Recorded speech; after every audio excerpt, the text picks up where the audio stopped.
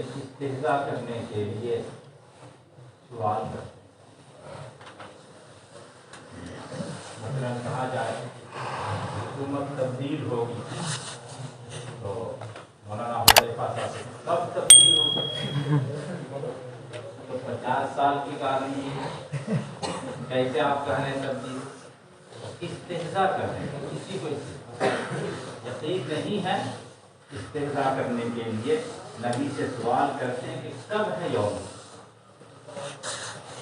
زمانے کے بارے میں، زمانے کو اگر مخبر عنہ بنایا جائے اور زمانے کے ذریعے سے زمان کو مخبر عنہ اور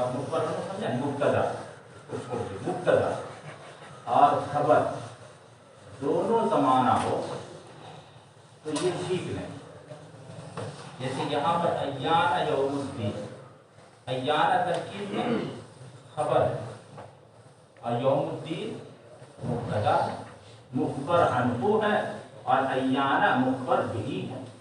دونوں زمانہ ہے، ایان بھی زمانہ ہے اور یوم الدین بھی زمانہ ہے، ظرف زمان ہے. سمجھا؟ تو یہ صحیح نہیں. وہاں پر جو مخبر عنہ ہونا چاہیے وہ معنی حدثی ہونا چاہیے. معنی حدثی مصدری معنی. کوئی بھی مصدر آپ مقدر مانو تب جا کر کے صحیح ہوتا ہے. آیا سمجھ میں آیا؟ تو ایان یوم الدین کا مطلب ہے ایان مجیء یوم. اسی لیے مصنف نے مجیء کا جو اضافہ کیا ہے اسی اشکال سے بچنے کے لیے کہ جہاں پر بھی ایسا ہے وہاں پر آپ ایک مصدر کو مقدر مانیں. کیونکہ زمانہ مخبر عنہ ہو اور مخبر بھی ہو، یعنی مبتدا ہو اور خبر ہو، تو وہ حقیقت میں جو مخبر عنہ ہوتا ہے کوئی نہ کوئی معنی مصدری ہوا. آیا سمجھ میں آیا؟ یہاں پر ایان یوم الدین کا مطلب ہے ایان مجیء یوم الدین، وہ یوم جزا کے آنے کا ٹائم کیا ہے، یہ ہے مطلب. آیا سمجھ میں آیا؟ متی الساعہ، قیامت کب ہے، یعنی متی مجیء الساعہ، قیامت کب آئے گی. متی تحقق الساعہ، کوئی بھی ایک مناسب مصدر کو مقدر مان لی. سمجھ میں آیا مولانا صاحب؟ تو اسی کو یہاں پر مقدر مانا متی مجیء. فرماتے ہیں یومہم علی النار یفتنون، قیامت اس دن آئے گی جس دن جہنم میں ان کو عذاب دیا جائے. جہنم میں ان کو عذاب دیا جائے گا. فرماتے ہیں یہ یومہم، یوم جو ظرف ہے اس کا فعل محذوف. یجیء یومہم علی النار یفتنون. آیا سمجھ میں؟ یجیء یومہم علی النار یفتنون. یجیء یہاں پر محذوف ہے کہ قیامت آئے گی، یوم جزا آئے گا جس دن کے جہنم میں ان کو عذاب دیا جائے گا. آیا سمجھ؟ یفتنون کا ترجمہ انہوں نے یعذبون کر دیا. اور فتنہ جو ہے وہ علی صلے کے ساتھ استعمال نہیں ہے. فتنہ یفتن فتنہ بولا جاتا ہے بغیر صلے کے استعمال.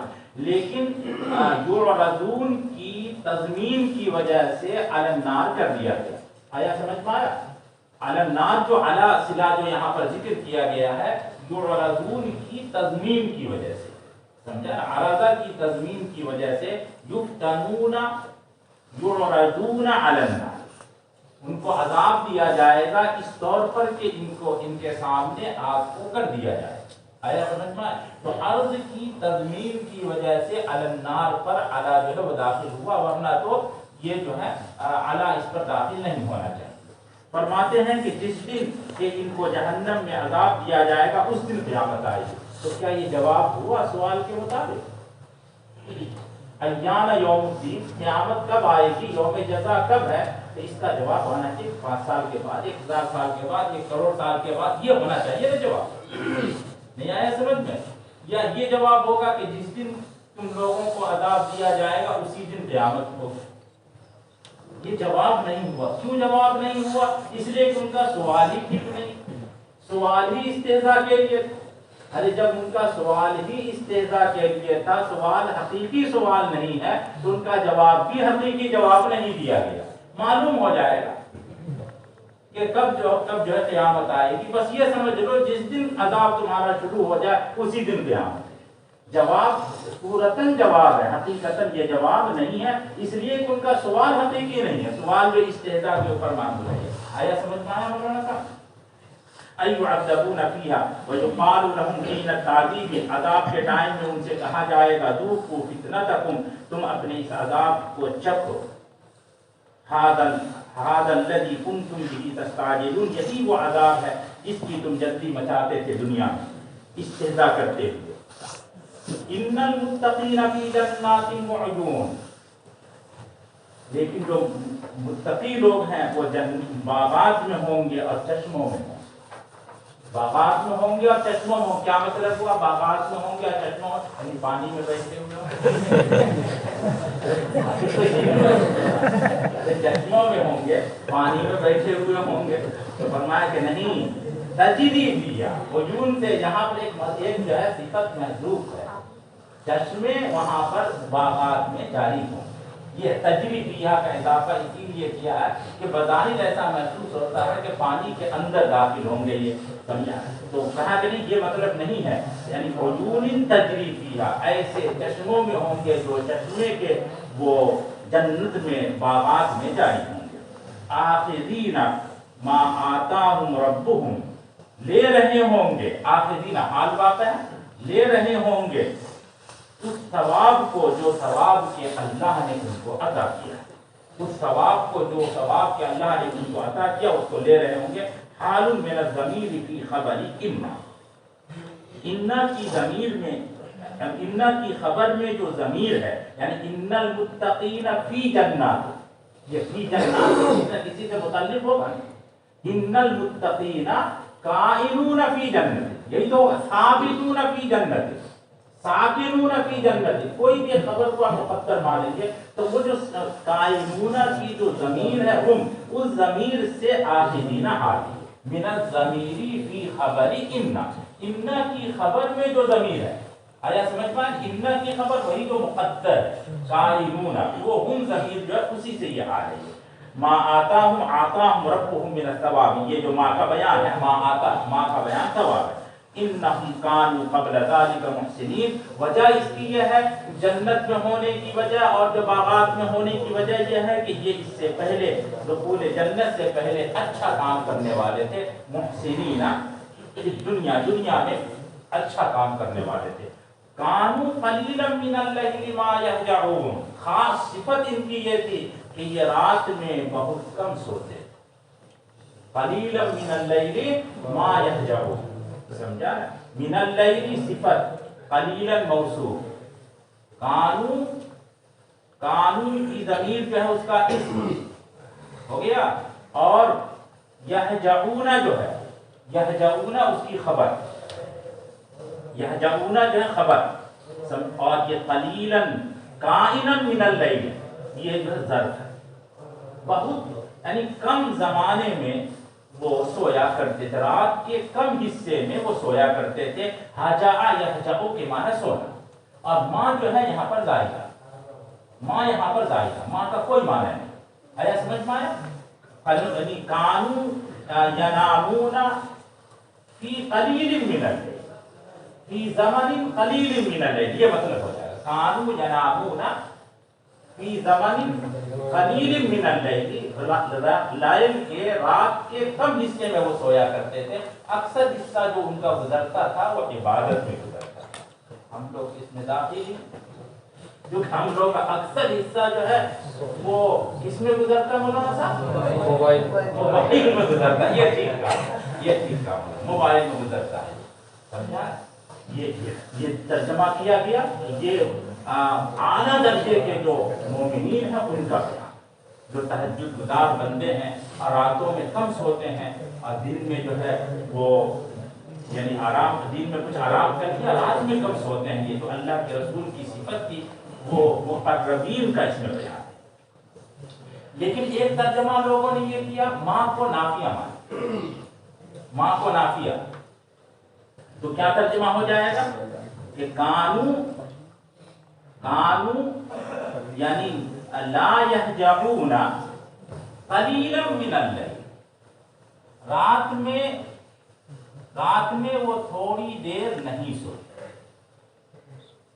رات میں تھوڑی دیر نہیں سوتے ہیں، یعنی رات کے کچھ حصے میں اٹھ کر کے اللہ کی عبادت کرتے، رات میں تھوڑی دیر وہ نہیں سوتے۔ آیا سمجھ؟ پھر ترجمہ ہو جائے گا لا یہجعون، یہ بھی ترجمہ کیا گیا ہم لوگوں کو داخل کرنے کے لیے۔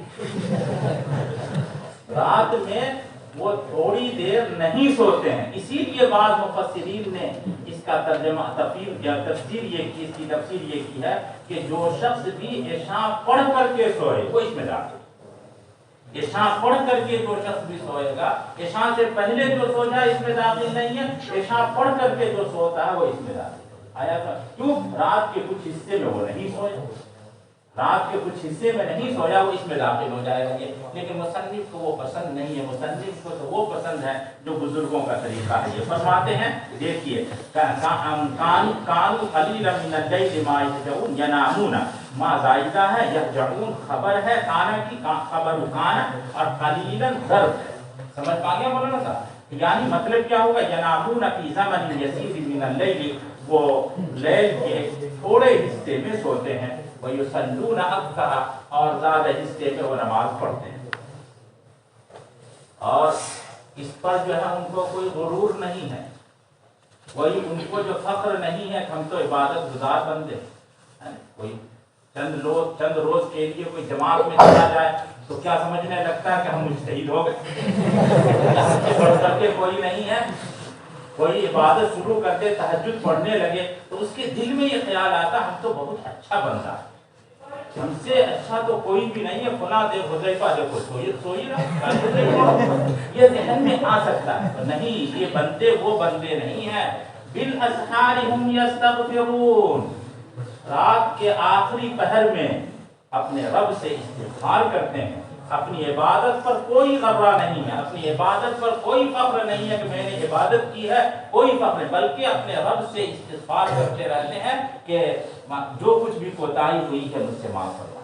بالاسحار، سحر کی جمع، سحر کی معنی آخری پہر، آخری حصہ، السدس الاخیر من اللیل، لیل کا جو آخری چھٹا حصہ ہوتا ہے اسی کو سحر کہا جاتا ہے۔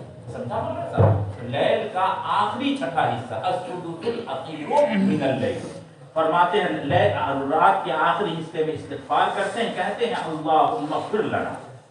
اور یہ متقین کون لوگ ہیں؟ انہی کا بیان چل رہا، وفی اموالہم حق للسائل والمحروم، اور ان کے مالوں میں حق ہے سوالی اور غیر سوالی کا۔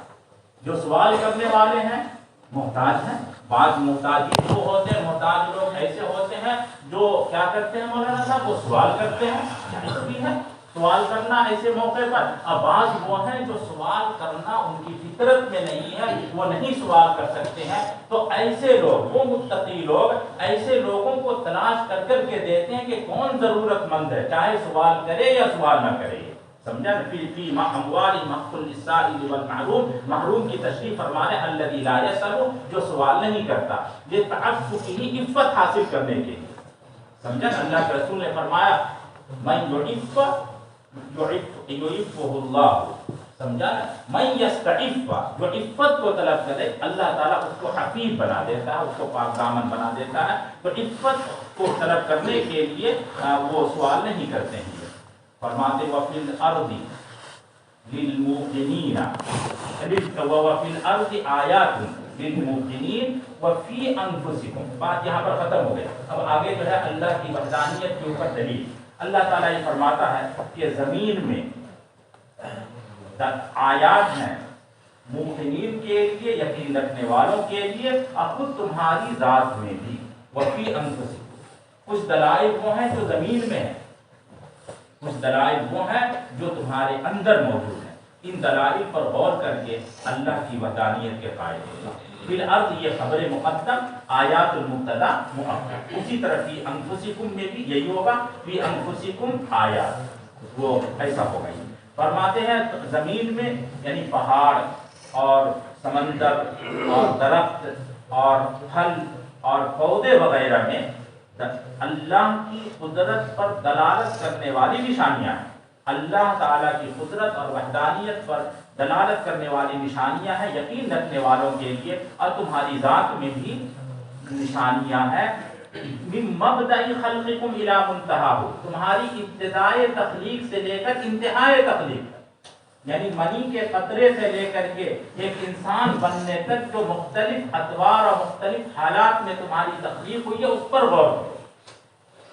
پھر وما فی ترکیب خلقکم من العجائب، پھر تمہاری تخلیق میں جو عجیب و غریب انداز سے یہ ترکیب کی گئی ہے کہ ناک کو یہاں پر لگایا گیا، آنکھ کو یہاں پر لگا، اللہ چاہتا تو آنکھ کو سر کے اوپر لگا دیتا، ہاتھ کو جو ہے ایک ہاتھ کو پیٹھ کے اوپر لگاتا، ایک ہاتھ کو جو ہے وہ پیٹ پر لگا دیتا، ایسا کر سکتا تھا، لیکن نہیں، اللہ نے جو ان اعضاء کو جوڑا، چاہتا تو اللہ تعالیٰ جو ہے پیشاب کی تھیلی کو مثانے کو باہر کر دیتا، ہمیشہ بدبو آتی رہتی، اللہ تعالیٰ نے سب کو اندر کر دیا بدبودار چیزوں کو۔ تو یہ سب جو ترکیب ہے، سمجھا نا، تمہارے اعضاء کی ترکیب عجیب و غریب انداز سے اللہ تعالیٰ نے کی ہے، اس پر غور کرو گے تو اللہ کی وحدانیت پر جو ہے یقین آ جائے گا۔ افلا تبصرون، کیا تم لوگ دیکھتے نہیں ہو؟ کیا دکھانے کی ضرورت، یہ تو تمہاری نظروں کے سامنے ہے، زمین کی ساری چیز، زمین پر بستے ہو، زمین پر رہتے ہو، ساری چیزیں تمہیں نظر آ رہی ہیں اور تمہاری ذات تمہارے ساتھ موجود ہے، اس پر غور تو کرو۔ افلا تبصرون، کیا اس پر تم غور نہیں کرتے ہو؟ فتستدلون به علی صانعه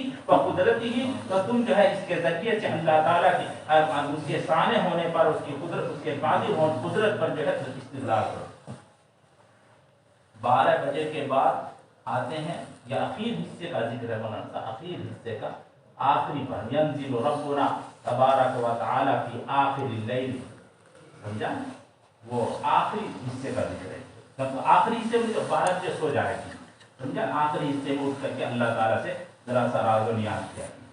فرماتی وفی السماء رزقکم، یہ فی السماء رزقکم جو ہے یہ آیات سے متعلق نہیں ہے، یہ الگ جملہ ہے، اللہ تعالیٰ کے وہ انعام کا ذکر ہے، سمجھا، یہ فی جیسے فی الارض آیات وفی انفسکم، اس کا اس سے کوئی تعلق نہیں ہے، اس میں انعام کا ذکر ہے، اللہ تعالیٰ کے انعام کا، اور آسمان میں تمہارا رزق ہے، یعنی بارش ہے، رزق ہونے کا مطلب یہ ہے کہ بارش ہے، المسبب عنہ النبات، جس کا مسبب پودے ہیں، بارش کیا سبب ہے اور مسبب جو ہے پودے ہیں، اور الذی هو رزق، اور یہ پودے جو ہیں یہ تمہارا رزق ہے، سمجھے، اس اعتبار سے بارش جو ہے تمہارے لیے رزق ہے، بارش سے غلہ پیدا ہوگا اور غلہ سے تمہاری زندگی ہوگی، تو اس طرح سے گویا کہ تمہارا رزق جو ہے وہ بارش ہی ہے، اور وہ کہاں موجود ہے؟ آسمان میں موجود ہے، یعنی اوپر موجود، ایک مفہوم۔ وما توعدون، اور جو کچھ تم سے وعدہ کیا جا رہا ہے، جس عذاب کا اور جس جو ہے ثواب کا، جس بات کا تم سے وعدہ کیا جا رہا، یہ سب کے سب جو ہے موجود۔ السماء رزقکم وما توعدون، ما توعدون کا بیان ہے من المآب، یعنی لوٹنے کی جگہ، یعنی بعث، سمجھا، مسیر، اور ثواب اور عقاب۔ کیا مطلب ہے آسمان میں ہے؟ آسمان میں ہونے کا مطلب یہ ہے کہ ایک تو مطلب یہ ہے کہ وہ بارش ہے، وہ بارش اوپر سے برستی ہے اور وہ اس سے جو ہے غلہ پیدا ہوتا ہے۔ ایک دوسرا مفہوم یہ ہے کہ یہ ساری چیزیں لوح محفوظ میں وہ لکھی ہوئی، بارش کا ہونا بھی لکھا ہوا ہے، بارش کا ہونا بھی لکھا ہوا ہے جس سے جو ہے تمہارا رزق ہے متعلق، سمجھا، اور جو تم سے وعدہ اور وعید کیا جا رہا ہے، سمجھا نا، جو تم سے ثواب اور عقاب کو بیان کیا جائے یہ بھی مکتوب ہے، ساری چیزیں مکتوب ہے۔ یہ بتاؤ کہ بارش کے ہونے پر یقین ہے یا نہیں ہے؟ بارش کے ہونے پر یقین ہے یا نہیں ہے؟ بارش ہوتی ہے یقینی طور، سب کو معلوم ہے کہ بارش ہوگی، لیکن بارش کا کوئی ٹائم متعین یقینی طور پر نہیں، بارش کا ٹائم یقینی طور پر نہیں ہے۔ جب بارش کا ٹائم یقینی طور پر متعین نہیں ہے لیکن بارش ہوتی ہے اور تم کو بارش ہونے کا یقین ہے، اسی طرح سے اللہ تعالیٰ نے عقاب کو، ثواب کو لوح محفوظ میں لکھ دیا ہے، جس طرح سے بارش کو لکھ دیا تھا، تو جس طرح سے بارش ہونے کا یقین تم کو ہے، تو ان عقاب اور ثواب کا بھی تم کو یقین ہونا چاہیے، چاہے اس کا ٹائم معلوم نہ ہو۔ آیا سمجھ میں آئے؟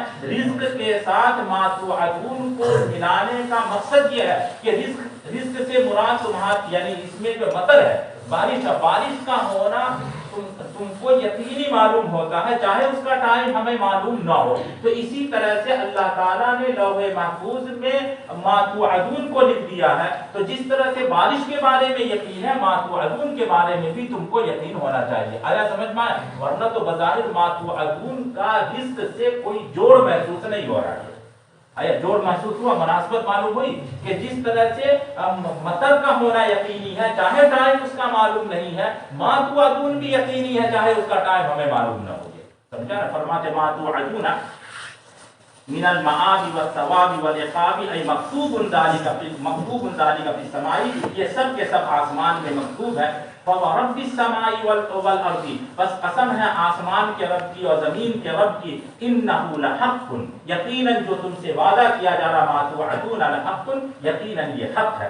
مِثْلُ مَا أَنَّكُمْ تَنْطِقُونَ، جس طرح سے تمہارا نطق کرنا، جس طرح سے تمہارا بات کرنا، سمجھا نا، تمہارا ناطق ہونا حق ہے، اسی طرح سے جو وعدہ کیا جا رہا ہے یہ بھی بالکل حق ہے. جس طرح تم کو یقین ہے اپنے ناطق ہونے کے سلسلے میں، اسی طرح سے یہ سمجھو کہ ما توعدون حق ہے واقع ہونے کے سلسلے میں. یہ فرماتے ہیں، اب اس کی ترکیب بتاتے ہیں کہ مثلو اور مثلا دونوں پڑھا گیا ہے. مثلو اگر ہے تو فرماتے برفعی مثل صفتن، اس کی صفت لحقن کی صفت لحقن مثلو ما جو اچھا اب ما جو ہے زائدہ، ما کا کوئی معنی نہیں. اچھا وبفتح اللام، اور مثلا بھی پڑھا گیا مثل ما انکم تنطقون. اگر مثل ما ہے تو یہ مثل اور ما دونوں مرکب، جیسے کلما، جیسے اینما ہے نا، اسی طرح سے مثل ما. پھر مثل ما پر لام پر جو فتحہ آ رہا ہے یہ مبنی ہونے کی وجہ سے، مثل ما پر جو لام پر فتحہ آ رہا ہے مبنی ہونے کی وجہ سے وسط کلام میں، وسط کلمہ میں، وسط کلمہ میں ہونے کی وجہ سے وہ کیا ہے، وہ مبنی ہے یہ مثل ما. اور ترکیب میں کیا ہوگا؟ ترکیب میں وہی صفت واقع ہوگا. مثلو ہے تو بھی صفت واقع ہے اور مثلا ہے تو بھی صفت واقع ہے. وہاں پر جو مثلا منصوب ہو رہا ہے وہ منصوب نہیں ہو، مبنی ہونے کی وجہ سے یہ، اور یہ دونوں کلمہ مل کر کے ایک کلمہ بن گیا مثلا. سمجھ میں آیا؟ فرماتے ہیں معنی ہو جائے گا کہ مثل نطقکم فی حقیتہ، جس طرح سے تمہارا ناطق ہونے کے سلسلے میں ناطق ہونا حق ہے، اسی طرح سے ما توعدون بھی حق ہے. اے معلومیتہ عندکم، اس مطلب یہ ہے کہ نطق جو ہے تمہارے نزدیک معلوم ہے، نطق تمہارے نزدیک معلوم ہے. ضرورت صدورہ عنکم، اس بات کی یقینی ضروری ہونے کی وجہ سے کہ وہ نطق تم سے صادر ہو رہا ہے. نطق تم سے صادر ہو رہا ہے تو نطق کے سلسلے میں جس طرح سے تم کو یقین ہے، تم کو جو ہے معلوم ہے، اسی طرح سے ما توعدون بھی وہ یقینی طور پر حاصل ہونے والا ہے. آسمان وہ خود آپ نے پڑھا نا، آسمان اور بادل جو ہے وہ ایک بول کر آسمان بول کر کے بادل مراد لیا جاتا مجاورت کی وجہ سے.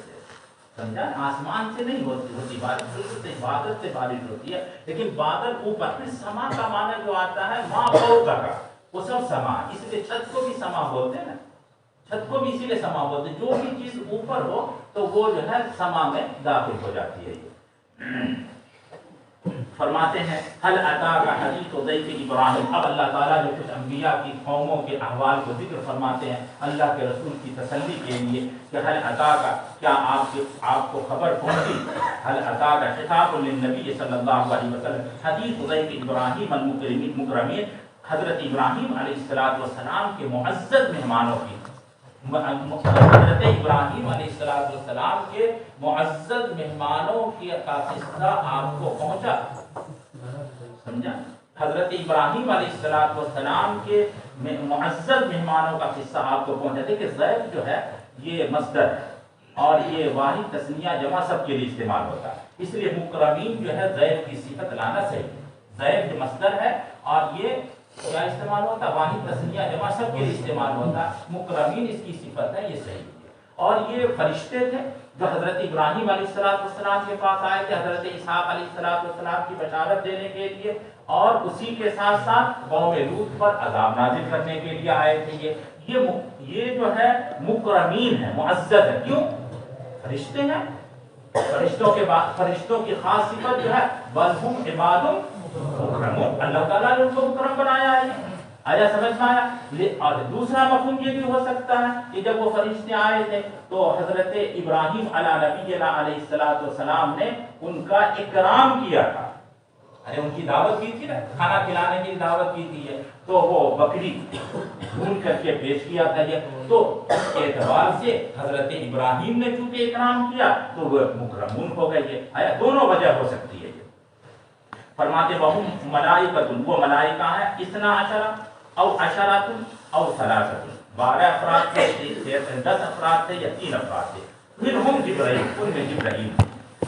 اذ دخلوا، جب کہ یہ داخل ہوئے حضرت ابراہیم کے پاس، فرماتے اذ، یہ ظرف لحدیث ضیف، لحدیث ضیف، یہ اذ جو ہے قصہ ظرف ہے، جس وقت کے، اب یہ جو ظرف بن رہا ہے یا تو حدیث کا ظرف ہو جائے گا، یعنی وہ قصہ، وہ جو قصہ حدیث ضیف، الحدیث ضیف ابراہیم الواقع حین دخولہم، سمجھا، الواقع حین دخولہم، یہ ہو جائے گا حدیث سے، حدیث کا یہ ظرف ہے۔ اور یہ بھی ہو سکتا ہے کہ یہ ظرف ہو ضیف کا، ضیف مصدر ہے، ضیف مصدر ہے، یہ بھی ہو سکتا ہے۔ اچھا یہ بھی ہو سکتا ہے کہ مکرمین، لیکن مکرمین کی 2 تشریح کی، اللہ تعالیٰ کا کی جانب سے مکرم ہے تب تو جو ہے ظرف نہیں بنے، چونکہ ظرف اور اس کے فعل کا زمانہ ایک ہونا چاہیے،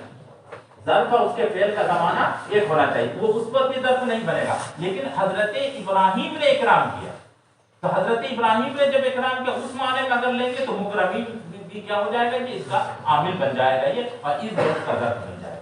آیا سمجھ میں؟ اور آپ چاہیں تو الگ سے اذکر کو مان لیجیے، اذکر یہ بھی ہو سکتا ہے یہ۔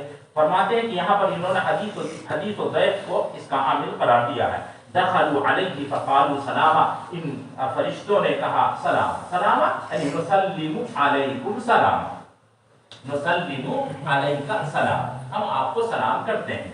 اے ھذا اللفظ قال سلام، حضرت ابراہیم نے فرمایا سلام علیکم، دونوں میں فرق ہو گیا، فرشتوں نے جملہ فعلیہ استعمال کیا اور حضرت ابراہیم نے جملہ اسمیہ استعمال کیا۔ جملہ اسمیہ میں دوام ہوتا ہے، چونکہ جو سلام کرے سلام کا جواب اچھے انداز میں دینا چاہیے، فَأَحْيُوا بِأَحْسَنَ مِنْهُ، سمجھا نا، جواب جو دو تو جواب جو ہونا چاہیے وہ اچھے انداز میں ہونا چاہیے، تو حضرت ابراہیم نے اچھے انداز میں جواب دیا، انہوں نے جملہ فعلیہ استعمال کیا تھا، پھر جملہ فعلیہ میں حدوث ہوتا ہے اور جملہ اسمیہ میں حدوث نہیں بلکہ جو ہے وہ دوام ہوتا ہے یہ۔ حضرت ابراہیم نے فرمایا سلام علیہ ھذا اللفظ قوم منکرون، یہ تو اجنبی لوگ معلوم ہوتے ہیں، قوم ہؤلاء قوم منکرون، یہ اجنبی لوگ معلوم ہوتے ہیں، دل میں کہا دادا بند کر لو مولانا صاحب، بند کر لو مولانا صاحب، باہر ہے کیا؟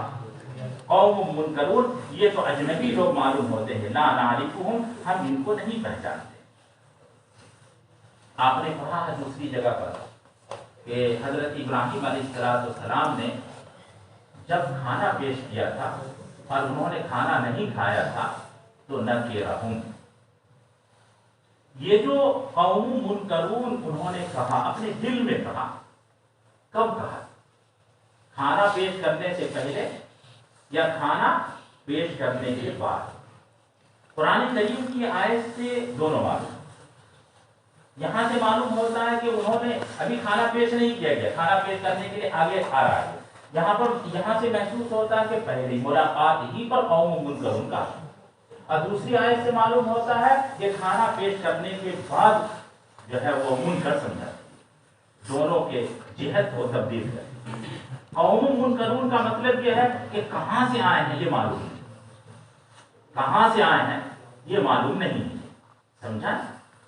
اور جب جو کھانا کھانے کے بعد جو منکر ہے تو مطلب یہ کہ کس ارادے سے آئے معلوم نہیں، کس ارادے سے آئے ہیں، خیر لے کر کے آئے ہیں یا شر لے کر کے آئے ہیں یہ معلوم، دونوں میں تبدیل ہو جائے، جہت کو تبدیل کریں، جب جہت تبدیل ہو جائے گی تو تناقض ختم ہو جائے گا، در تناقض اس کو ذہن میں رکھیے، جہت کو تبدیل کریں۔ آیا سمجھ پایا مولانا صاحب؟ یہ جو قوم منکرون ہے کہاں سے آئے ہیں، یہ معلوم نہیں ہے، اور نکرہم جو ہے معلوم نہیں خیر کے ارادے سے آئے ہیں یا شر کے ارادے سے آئے ہیں۔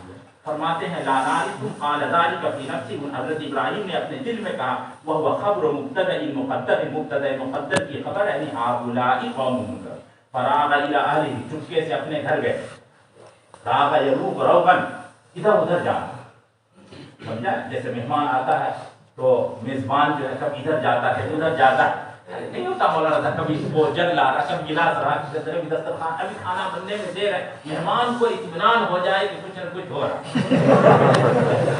کچھ نہ کچھ ہوتے رہا، کچھ آپ بیٹھ کے باتیں کر رہے ہیں، مہمان سوچے رہے کچھ انتظام نہیں کر رہا، ارے ہم تو بیٹھے بیٹھے کسی کو فون کر رہے جلدی تو آؤ، کچھ نہ کچھ ہوتے رہا، رات ہے ضرور اسی کو بولتے ادھر ادھر کرنا ہے، سمجھا؟ تو اچھل کود کرنا یہ عام طور پر لومڑی کے لیے استعمال ہوتا ہے، روغانس ثعلب کہا جاتا ہے، سمجھا؟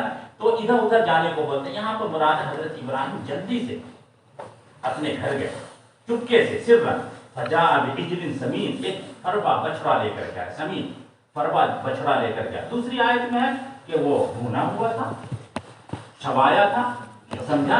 وہ مشہور تھا، دونوں ہوتا تھا، فربا بچڑا کو جو شوایا بنا کر کے لایا تھا یہ۔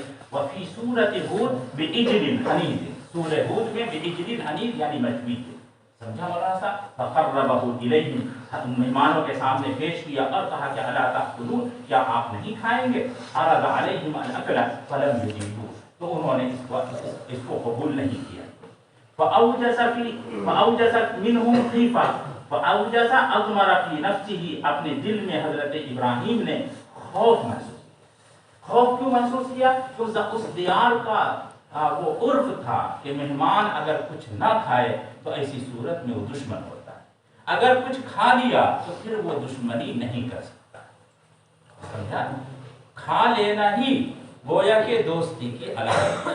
جب انسان کھاتا ہے منہ سے تو آنکھ سے لجاتا ہے، کہتا نا منہ کھائے آنکھ لجائے، سمجھا مولانا؟ یہی ہے، جب کھا لیا تو اب جو ہے وہ عداوت ختم ہو گئی، لیکن نہیں کھایا تو انہوں نے محسوس کیا کہ معلوم نہیں یہ دشمن ہے، شاید تو ہو سکتا ہے دشمن، آیا سمجھ میں آیا؟ اس وجہ سے انہوں نے خوف محسوس کیا۔ یہ مہمانی کے آداب میں سے ہے، مہمان کو بیٹھا دیا، جلدی سے چلے گئے، کچھ جو بھی آپ کو میسر ہے لینے کے لیے، مہمان سے پوچھ رہے چائے پیئیں گے، ٹھیک ہے، مہمان سے پوچھ کر کے میزبانی کرنا ٹھیک ہے۔ حضرت ابراہیم علیہ السلام، ہاں بے تکلف آدمی ہے تو الگ بات ہے، لیکن اگر بے تکلفی نہیں ہے اس سے پوچھنا نہیں چاہیے پہلے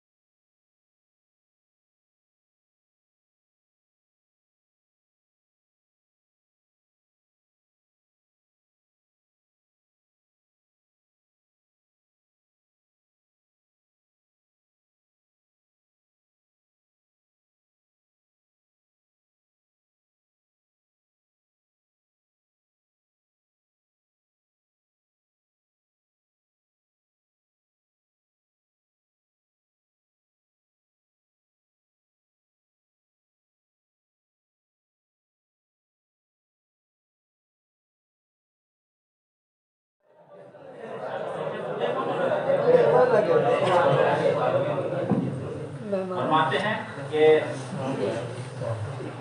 فرشتوں نے کہا لا تخف، آپ خوف مت کیجیے، انا رسول ربی کا، ہم آپ کے رب کے فرشتے ہیں، وبشروہ بغلام علیم، اور حضرت ملائکہ نے آپ کو ایک علم والے بچے کی بشارت دی، ذی علم کثیر هو اسحاق علیہ السلام کما ذکر فی سورۃ فاقبلت امرأته فی صفرۃ، آپ کی بیوی حضرت سارہ شور مچاتے ہوئے آئی، صفرۃ صیحۃ کے معنی شور مچاتے ہوئے، جب انہوں نے بشارت کو سنا تو یہی سمجھا کہ بشارت حضرت ابراہیم کے لیے بھی ہے اور میرے لیے بھی ہے، تو تعجب کی بنیاد پر شور مچا دیا، سمجھا؟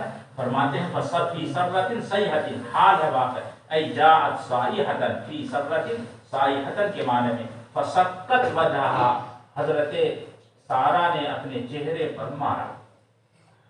سمجھا کیسے مارا؟ تعجب کے اظہار کے لیے. اب ہر زمانے کا الگ الگ جو ہے اظہار تعجب ہوتا ہے. وہاں اس زمانے کا یا اس دیار کا یہ اظہار تعجب تھا کہ انہوں نے اپنے چہرے. اب دو شکل بتائی گئی مکمل یوں کر سمجھا, مکمل ہتھیلی کو اپنے چہرے پر رکھا. سمجھا؟ یا یہ ہے کہ اپنی انگلیوں کو اپنے چہرے پر رکھا. یہ تعجب کا اظہار ہے. تعجب کا اظہار کرنے لگی. فسقط وجہا لطمت, وہ اپنے چہرے پر مارا. وقالت عجوز عقیم, ہاں کہ ایک بڑھیا پانچ بڑھیا سے بچہ پیدا ہو. تعجب کی بات ہے. لم تلد قط, جس نے کبھی بھی بچہ نہیں جنا ہے. وعمرها 99 سنۃ, ان کی عمر تو 99 سال کی. حضرت ابراہیم کی عمر جو ہے 100 سال کی. یا حضرت ابراہیم کی عمر 120 سال کی. وعمرها 90 سنۃ, اور حضرت سارہ کی عمر 90 سال کی. قالوا, فرشتوں نے کہا کذالک, اسی بڑھاپے میں ہوگا بچہ. کذالک قال ربک, آپ کے رب نے ایسے ہی کہا. یعنی مثل قولنا فی البشارہ, بشارت میں ہمارے قولی کی طرح آپ کے رب نے کہا. انہ هو الحکیم فی صنعہ العلیم بخلقہ. قال فما خطبکم ایھا المرسلون, حضرت ابراہیم علیہ السلام نے فراست نبوت سے سمجھ لیا کہ صرف بشارت دینے کے لیے یہ فوج سفر موج نہیں آئی. یہ 3 آدمی یا 10 آدمی جو بھی تعداد میں اختر, کم سے کم 3 آدمی کا ذکر ہے. بشارت دینے کے لیے 3 آدمی, وہ بھی اس پوزیشن میں, انسانی شکل میں, امرت کی شکل میں. یہ جو آئے ہیں کسی خاص مقصد کے لیے آئے ہیں. صرف بشارت دے رہا ہوتا حضرت جبرائیل آ کر کے بشارت دے دیتے. فراست نبوت سے انہوں نے سمجھا کہ کوئی اور مہم درپیش ہے, تو پوچھا کہ فما خطبکم, کیا مہم ہے تم لوگوں کی, کیا حال ہے تمہارا. ایھا المرسلون, اے فرشتوں. انہوں نے کہا کہ انا ارسلنا الی قوم مجرمین, ہم مجرم لوگوں کی جانب بھیجے گئے ہیں جو کافر ہیں, یعنی قوم لوط کی جانب. لنرسل علیہم حجارۃ من طین, تاکہ ہم ان کے اوپر کنکر کے پتھر جو ہے برسائیں. حجارۃ من, حجارہ کا ایک معنی ہوتا اولا, وہ جو برف گرتی ہے. سمجھا؟ تو حجارہ یہاں پر اس معنی میں نہیں ہے, یہاں پر کنکر کے معنی میں ہے, وہ پتھر کے معنی میں ہے. اسی لیے من تین کا اضافہ ہوا. حجارۃ من تین, کنکر کے پتھر ان کے اوپر برسائیں. من تین مطبوخ بالنار, تین کہا جاتا ہے جو آگ میں پکی ہوئی مٹی ہوتی ہے, اس کو تین کہا جاتا ہے. مصومۃ, نشان زدہ. مصومۃ, سب کے اوپر نشان ہے, سب کا نام لکھا ہوا ہے. یہ پتھر کس کو لگے گا, یہ کنکر کس کو لگے گا, یہ جو ہے اس پر لکھا ہوا ہے. معلمۃ, مصومۃ, معلمۃ, نشان زدہ.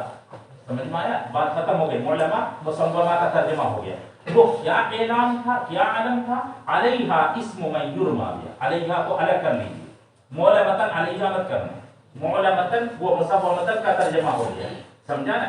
اور علیہا اسم من یرمى بہ, بعض لوگوں نے یہ بھی پڑھا معلمۃ علیہا, اس پر جو ہے وہ پھر ہونا چاہیے معلم علیہا.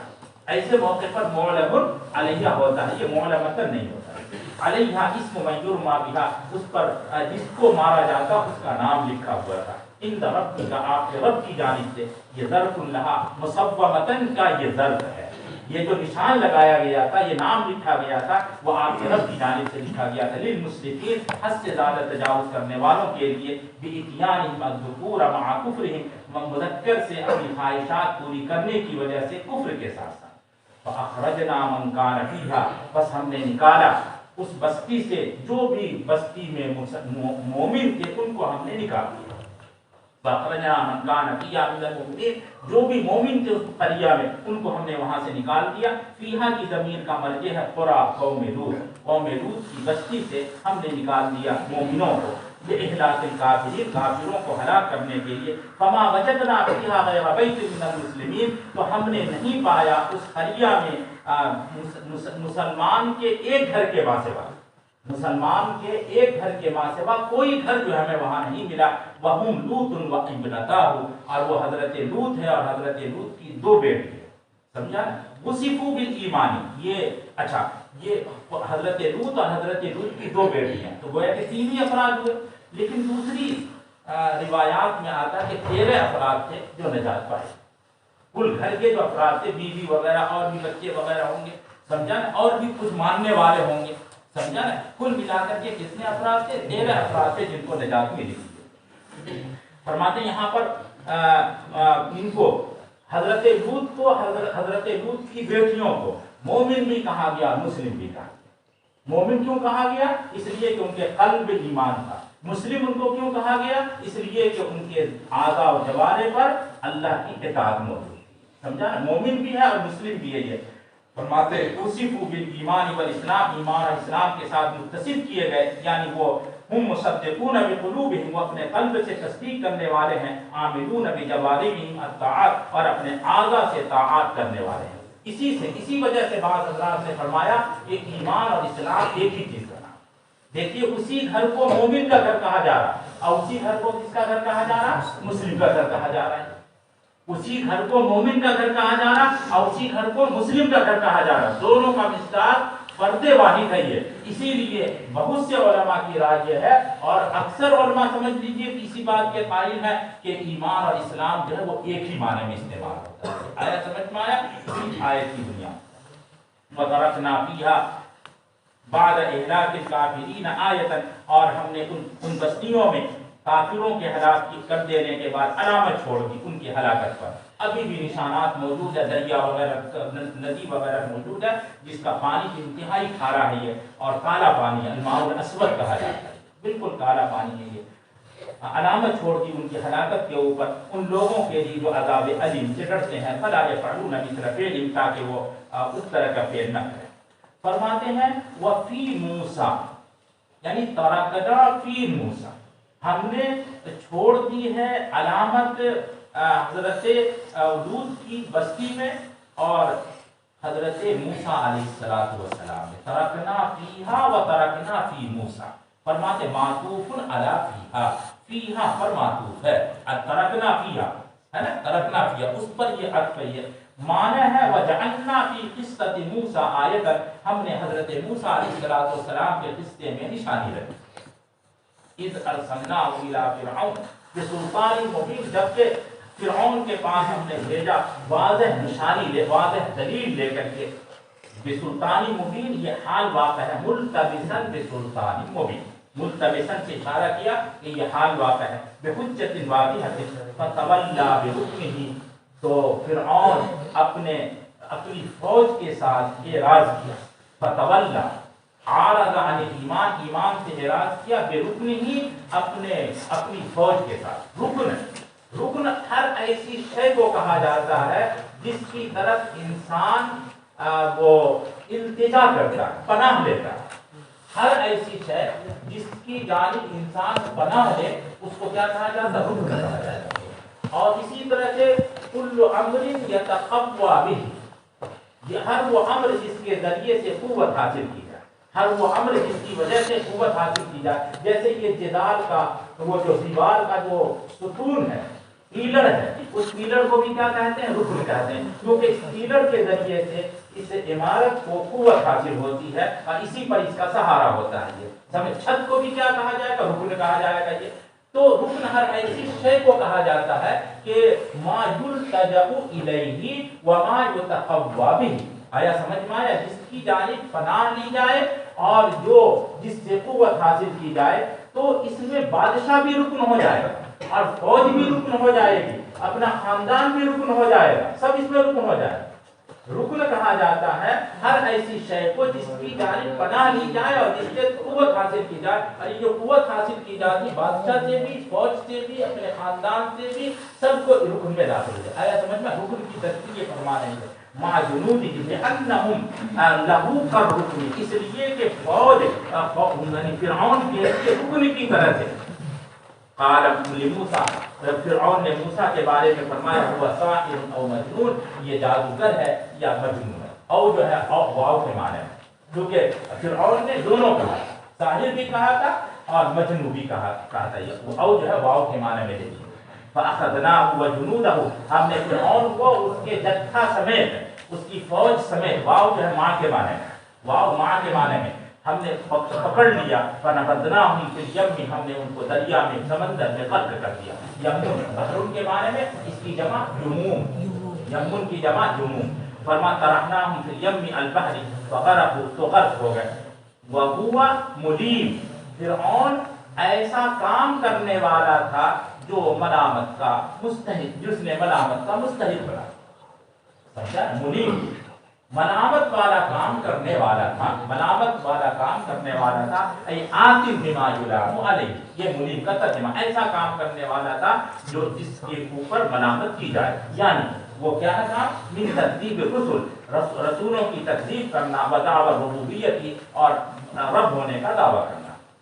وہ فرماتے وفی اہلاک عاد آیت، یا اس کو اسی پر رکھ کیجئے پیچھے والے پر، ترکنا فی عاد آیتن، یہ بھی ہو سکتا، اور جملہ الگ بھی کر سکتے ہیں، فی اہلاک عاد آیت، قوم عاد کو ہلاک کرنے میں نشانی، سمجھا؟ قوم عاد جس کے اوپر 7 دنوں تک ہوا چلی تھی، تو قوم عاد کہ ان کے کو ہلاک کرنے میں علامت ہے، نشانی ہے، اذ ارسلنا علیہم الریح، اس وقت کہ ہم نے ان کے اوپر ایسی ہوا بھیجی جو بے فیض تھی۔ عقیم کا ترجمہ بے فیض، اس میں کوئی فیض نہیں تھا، یا نامبارک کر لیجیے۔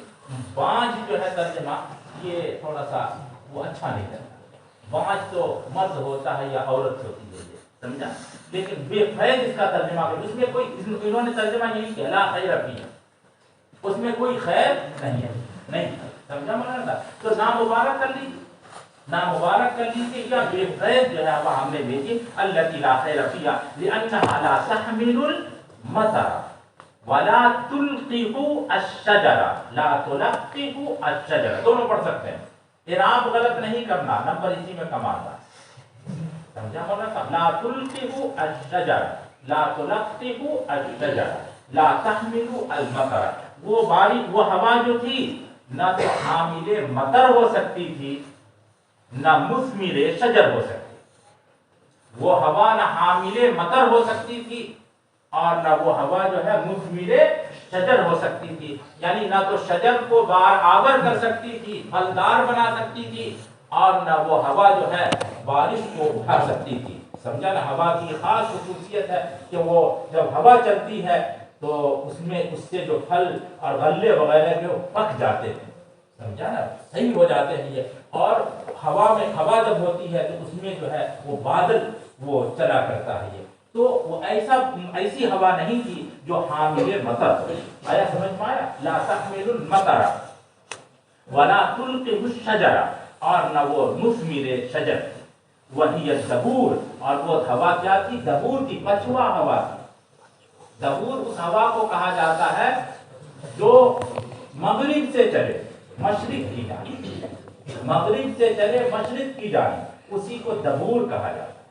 اس میں یبوست ہوتی ہے، اس میں حرارت ہوتی ہے، یبوست ہوتی ہے اور حرارت ہوتی ہے، دبور، سمجھا؟ ایک حدیث میں اللہ کے رسول نے فرمایا کہ نصرت بالصبا وأهلكت عاد بالدبور، میری نصرت جو ہوئی ہے صبا سے ہوئی ہے، صبا اس ہوا کو کہا جاتا ہے جس کو پوروا ہوا کہتے ہیں، جو مشرق سے چلتی ہے اور مغرب کی جانب جاتی ہے، سمجھا؟ اس میں ٹھنڈک ہوتی ہے، اس میں رطوبت ہوتی ہے، سمجھا؟ رطوبت ہوتی ہے اور برودت ہوتی ہے، اور دبور میں جو یبوست ہوتی ہے اور حرارت ہوتی ہے۔ آیا سمجھ میں آیا مولانا صاحب؟